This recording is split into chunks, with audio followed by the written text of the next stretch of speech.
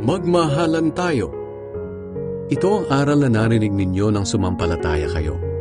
Dapat tayong magmahalan. Huwag nating tularan si Cain na kampo ng Diablo kaya pinatay niya ang kanyang kapatid. At bakit niya pinatay ang kanyang kapatid? Sapagkat masama ang mga gawa niya at matuwid naman ang mga gawa ng kanyang kapatid. Kaya huwag kayong magtaka mga kapatid kung galit sa inyo ang mga makamundo. Alam nating inilipat na tayo sa buhay na walang hanggan mula sa kamatayan dahil minamahal natin ang ating mga kapatid. Ang sinumang hindi nagmamahal sa kanyang kapwa ay nananatili sa kamatayan. Ang sinumang napupuot sa kanyang kapatid ay isang mamamatay tao.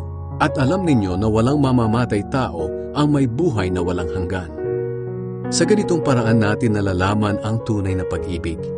Ibinigay ni Hesukristo ang kanyang buhay para sa atin. Kaya dapat din nating ialay ang ating buhay para sa ating mga kapatid. Kung mayroon man sa atin ang nasa mabuting pamumuhay at nakikita ang isang kapatid na nangangailangan, ngunit hindi naman niya ito tinutulungan, masasabi ba natin na sumasa kanya ang pag-ibig ng Diyos? Mga anak, huwag tayong magmahalan sa salita lang, kundi ipakita natin sa gawa na tunay tayong nagmamahalan. Sa ganitong paraan, mapapatunayan natin na tayo nga ay nasa katotohanan at magiging panatag ang ating kalooban sa kanyang harapan kahit inuusig man tayo ng ating konsensya. Sapagkat ang Diyos ay mas higit kaysa sa ating konsensya at nalalaman niya ang lahat ng bagay.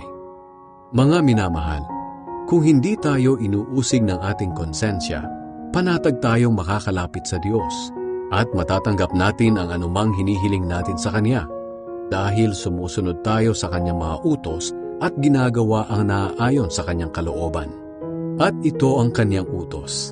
Dapat tayong sumampalataya sa Kanyang anak na si Hesukristo at magmahalan gaya ng iniutos niya sa atin.